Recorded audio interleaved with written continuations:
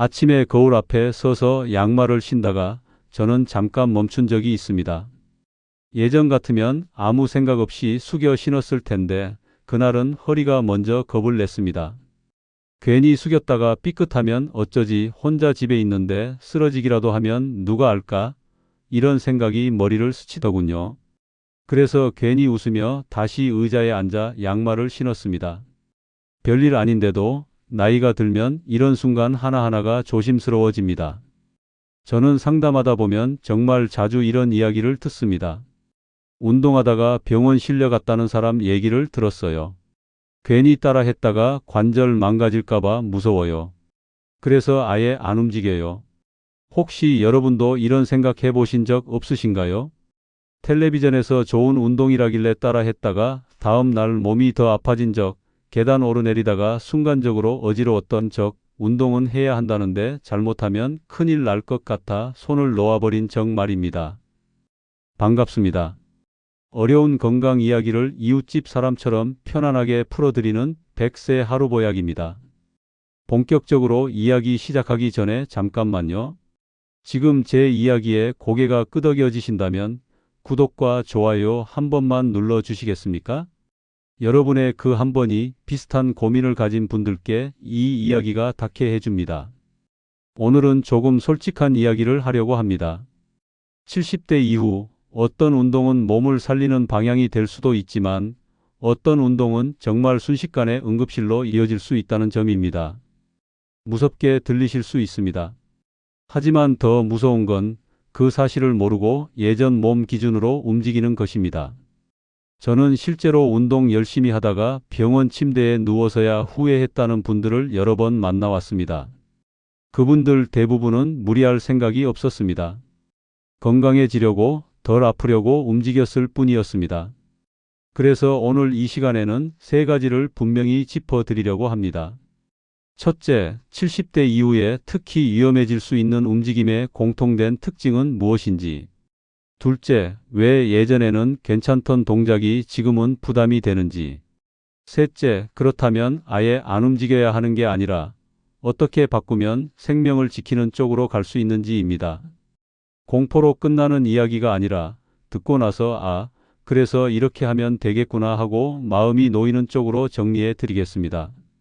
이 이야기는 운동을 겁주려는 내용이 아닙니다. 잘못된 방향을 미리 피하자는 이야기입니다. 오늘 이 시간을 통해 괜히 불안해서 몸을 가두지 않으면서도 위험한 길은 분명히 피해갈 수 있는 기준 하나는 가져가시길 바랍니다. 이제 실제 상담에서 제가 가장 많이 들었던 이야기부터 차분히 풀어보겠습니다. 제가 상담하면서 가장 오래 기억에 남는 분이 한 분 계십니다. 가명으로 말씀드리면 72세 김경수님이셨습니다.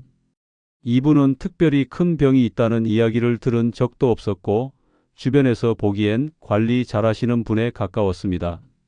아침마다 집 근처 공원을 한 바퀴 돌고 텔레비전에서 좋다 하면 스트레칭도 따라 하셨다고 합니다.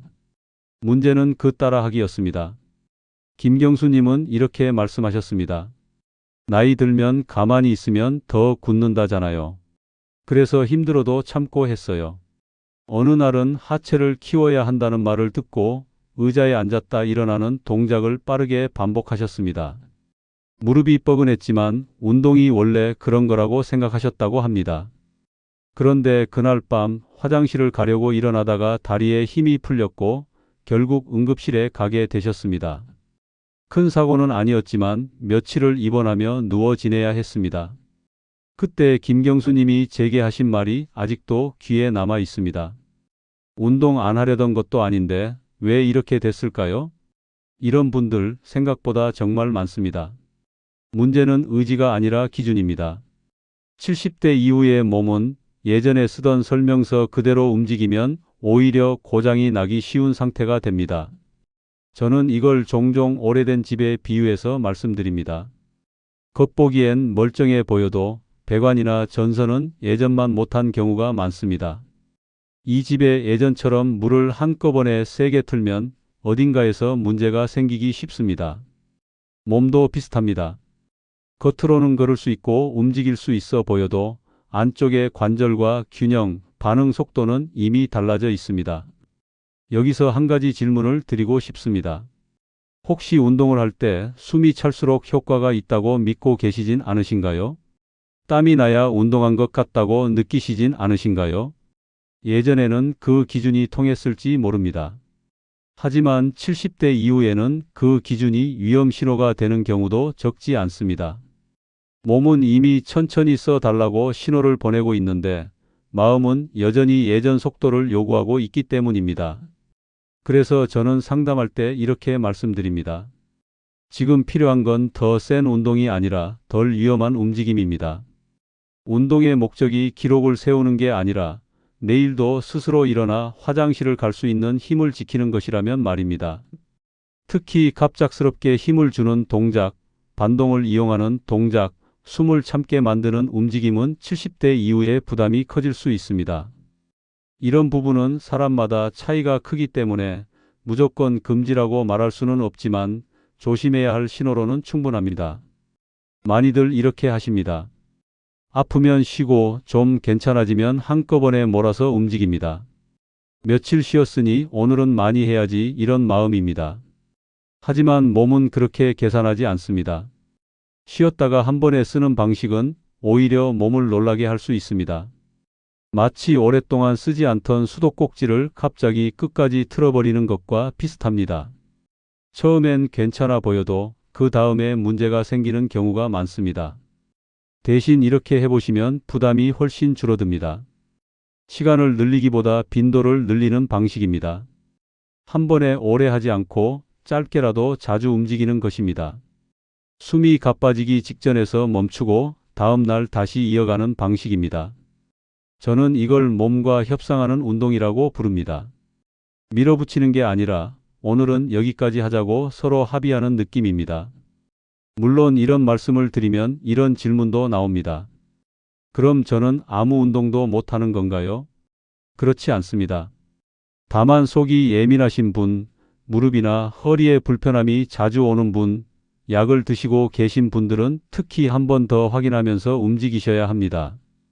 어지럼이 작거나 갑자기 심장이 빨리 뛰는 느낌이 있다면 무리해서 따라하기보다는 의료진과 상의하는 것이 안전합니다.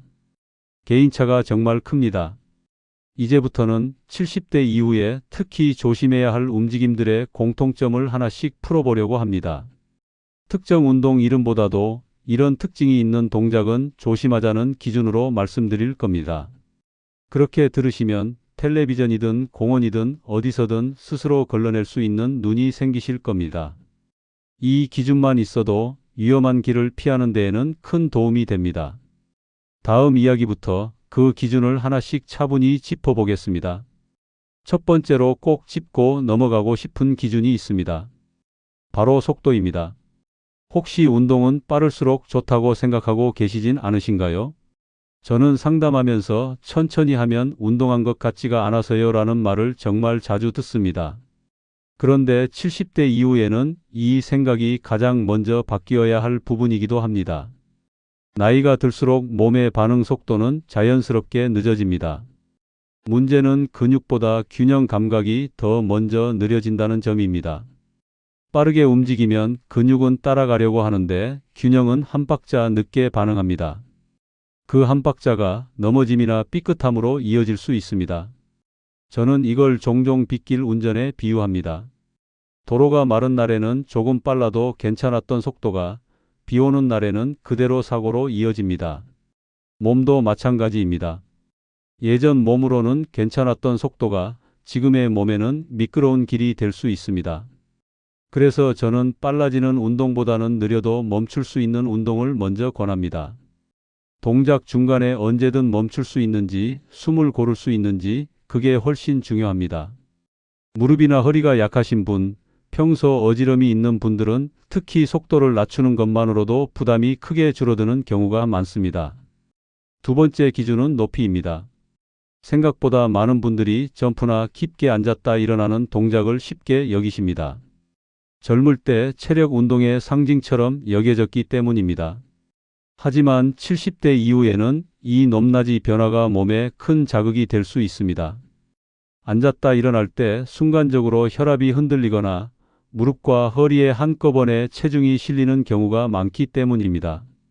저는 상담 중에 앉았다 일어나는 건 일상 동작이잖아요 라는 말을 듣곤 합니다. 맞습니다.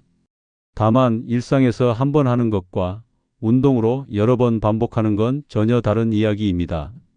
이럴 때 저는 배수구 비유를 씁니다. 물이 조금씩 흘러갈 때는 문제가 없지만 한꺼번에 많은 물이 쏟아지면 막히기 쉬운 것처럼 말입니다. 그래서 저는 이렇게 말씀드립니다. 앉았다 일어나는 동작을 하시더라도 깊이를 줄이고 손으로 지지할 수 있는 환경에서 횟수는 적게 시작하자고요. 특히 혈압약을 드시거나 일어설 때 어지러운 분들은 꼭 조심하셔야 합니다. 개인차가 크기 때문에 불편 신호가 있으면 횟수를 줄이거나 중단하는 게 맞습니다. 세 번째는 숨입니다. 운동 중에 숨을 참게 만드는 동작, 이게 생각보다 많습니다. 힘을 줄 때 무의식적으로 숨을 멈추는 경우입니다. 본인은 인식하지 못하지만 몸은 그 순간 꽤 큰 부담을 받습니다. 숨을 참으면 몸속 압력이 순간적으로 올라가고 심장이나 머리에 부담이 갈 수 있습니다. 저는 운동하면서 말이 나오는지를 하나의 기준으로 삼아 보시라고 권합니다. 말이 한두 마디라도 나올 수 있는 정도라면 그나마 안전한 범위일 가능성이 큽니다. 이걸 저는 고속도로에 비유합니다. 숨이 막힐 정도의 운동은 제한 속도를 훌쩍 넘긴 상태로 달리는 것과 비슷합니다. 당장은 괜찮아 보여도 작은 변수 하나에 사고가 날 수 있습니다. 그래서 저는 이렇게 말씀드립니다. 숨이 차오르기 시작하면 그 직전에서 멈추는 연습부터 하자고요. 운동은 끝까지 가는 게 아니라 돌아올 수 있어야 합니다. 특히 심장 쪽으로 불편감을 느껴본 적이 있는 분, 약을 복용 중인 분들은 반드시 의료진과 상의하면서 범위를 정하시는 게 좋습니다. 네 번째 기준은 혼자서 하는지입니다. 혼자 하는 운동이 다 나쁘다는 뜻은 아닙니다. 다만 70대 이후에는 혼자 하는 환경 자체가 위험 요소가 될 수 있습니다. 넘어졌을 때 바로 도움을 받을 수 있는지, 휴대전화가 가까이 있는지, 미끄러운 바닥은 아닌지 이런 것들이 운동 효과보다 더 중요해질 때가 있습니다. 저는 상담 중에 아무도 없을 때 운동하다가 한참을 누워 있었다는 이야기를 들을 때마다 마음이 무거워집니다. 그래서 저는 해결책으로 아주 단순한 걸 권합니다. 완벽한 운동 계획이 아니라 안전한 자리부터 만들자는 것입니다. 벽이나 의자, 손잡이가 가까운 곳에서 시작하고 가능하면 가족이 있는 시간대를 선택하는 것만으로도 위험은 크게 줄어듭니다. 가족과 함께 사시는 분이라면 이런 이야기를 한 번쯤 나눠보시는 것도 좋습니다. 내가 운동할 때는 이 시간쯤이야 하고요. 이건 부담이 아니라 서로를 지키는 약속에 가깝습니다. 많이들 이렇게 실수하십니다. 아프면 완전히 멈추고 괜찮아지면 예전 하던 걸 그대로 다시 시작하는 건 말입니다. 하지만 몸은 기억합니다. 쉬는 동안 약해진 부분을요. 그래서 저는 다시 시작할 때는 절반부터라는 원칙을 자주 말씀드립니다. 예전에 10을 했다면 다시는 5부터입니다. 이건 약해졌다는 뜻이 아니라 몸을 존중하는 방법입니다. 오늘부터 바로 바꿀 수 있는 건 생각보다 간단합니다. 내일부터 딱 이것만 해보셔도 충분합니다. 첫째, 운동 중 말이 나오는지 스스로 확인해 보세요. 둘째, 빠른 동작보다는 멈출 수 있는 동작을 선택해 보세요. 셋째, 혼자보다는 누군가가 있는 환경을 우선으로 생각해 보세요. 이 세 가지만 지켜도 위험은 크게 줄어듭니다. 오늘 이야기의 핵심은 하나입니다. 70대 이후의 운동은 더 세게가 아니라 더 안전하게입니다. 큰 변화를 만들 필요는 없습니다. 작은 반복이 몸을 지켜줍니다. 이 이야기가 도움이 되셨다면 가족이나 가까운 분께 이런 기준이 있더라 하고 가볍게만 나눠보셔도 좋겠습니다. 비슷한 경험 있으시면 댓글로 남겨주셔도 좋고요. 구독과 좋아요, 그리고 알림까지 함께 해주시면 다음 이야기에서도 곁에서 계속 함께 하겠습니다. 다섯 번째로 꼭 나누고 싶은 기준은 바닥입니다. 이 이야기를 하면 많은 분들이 고개를 끄덕이십니다.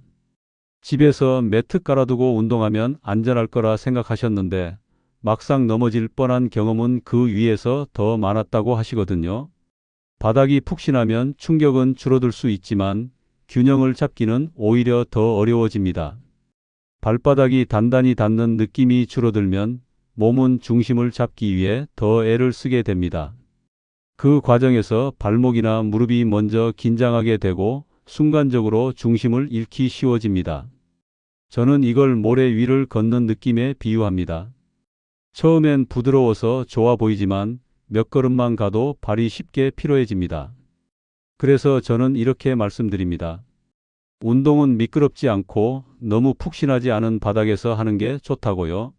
집이라면 식탁 옆이나 벽 가까이 바닥이 안정적인 곳이 좋습니다. 발바닥 감각이 둔해진 분들일수록 이 기준은 더 중요합니다. 균형이 불안한 분, 발 저림이 잦은 분들은 특히 바닥 환경부터 점검해 보시길 권합니다. 여섯 번째 기준은 경쟁입니다. 이건 운동 동작이 아니라 마음의 문제에 가깝습니다. 저 사람은 나보다 나이 많은데 더 잘하네. 이 정도도 못하면 안 되지. 이런 생각 말입니다. 저는 상담하다 보면 몸보다 마음이 먼저 다치는 분들을 자주 봅니다. 남들과 비교하다가 무리하고 그 결과 몸이 불편해지는 경우입니다. 운동이 어느 순간 시험처럼 느껴지기 시작하면 그때부터 위험 신호가 켜진다고 보셔도 됩니다. 그래서 저는 해결책으로 아주 단순한 기준 하나를 드립니다. 어제의 나와만 비교하자는 겁니다. 오늘 조금 덜 불편했는지, 숨이 조금 덜 찼는지, 잠자리가 조금 나아졌는지 이런 작은 변화면 충분합니다. 운동은 성적표가 아니라 생활을 편하게 만드는 도구여야 합니다. 특히 예전에 운동을 잘하셨던 분일수록 과거의 나와 경쟁하려다 다치기 쉽습니다. 이럴수록 한 번 더 속도를 낮추는 게 도움이 됩니다. 개인차가 큽니다.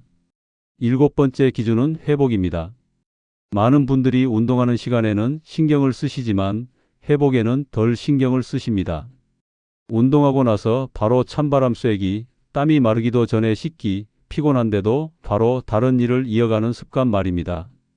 70대 이후에는 운동 자체보다 그 뒤에 몸이 어떻게 쉬는지가 더 중요해질 수 있습니다. 회복이 따라주지 않으면 다음날 불편함으로 이어지기 쉽기 때문입니다. 저는 이걸 방패에 비유합니다. 운동이 공격이라면 회복은 방패입니다. 방패 없이 공격만 하면 결국 다치게 됩니다. 그래서 저는 운동 뒤에는 물 한 잔 마시고 숨을 고르는 시간을 일부러 만들라고 말씀드립니다. 바로 앉아서 쉬어도 좋고 가볍게 몸을 풀어도 좋습니다. 특히 밤에 운동하시는 분들은 잠자리에 들기 전까지 몸이 가라앉는 시간을 꼭 주셔야 합니다. 잠이 얕아지는 분들은 이 부분이 특히 중요합니다.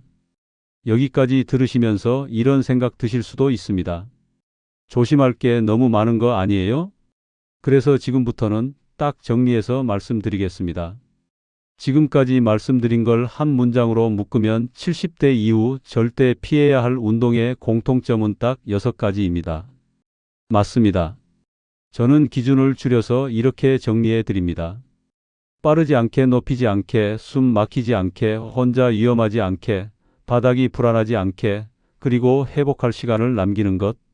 이 6가지만 기억하셔도 응급실로 이어질 가능성은 분명히 낮아집니다. 많이들 이렇게 하십니다. 운동 영상 하나를 정해두고 그걸 매일 그대로 따라 하십니다. 몸 상태가 다른 날에도 말입니다. 하지만 몸은 매일 다릅니다. 어제 괜찮았던 동작이 오늘은 부담이 될 수도 있습니다. 그래서 저는 영상은 참고만 하라고 말씀드립니다. 따라하는 게 아니라 골라 쓰는 겁니다. 오늘은 이 동작은 빼고 저 동작은 줄이고 이렇게 조절하는 게 오히려 오래 가는 방법입니다. 오늘부터 바로 실천할 수 있는 걸 다시 한번 정리해 보겠습니다. 내일부터 딱 이것만 해보셔도 충분합니다. 첫째, 운동 전과 후의 몸 상태를 한번 말로 확인해 보세요. 오늘은 무릎이 어떻지 하고요.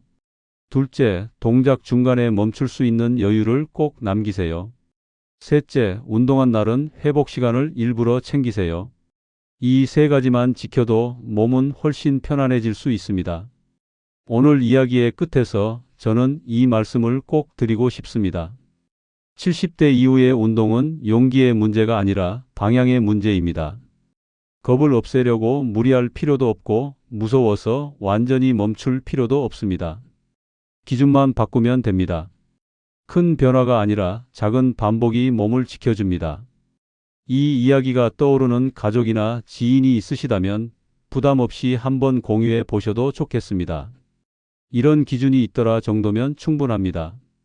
비슷한 경험이 있으시다면 댓글로 남겨주셔도 좋고요.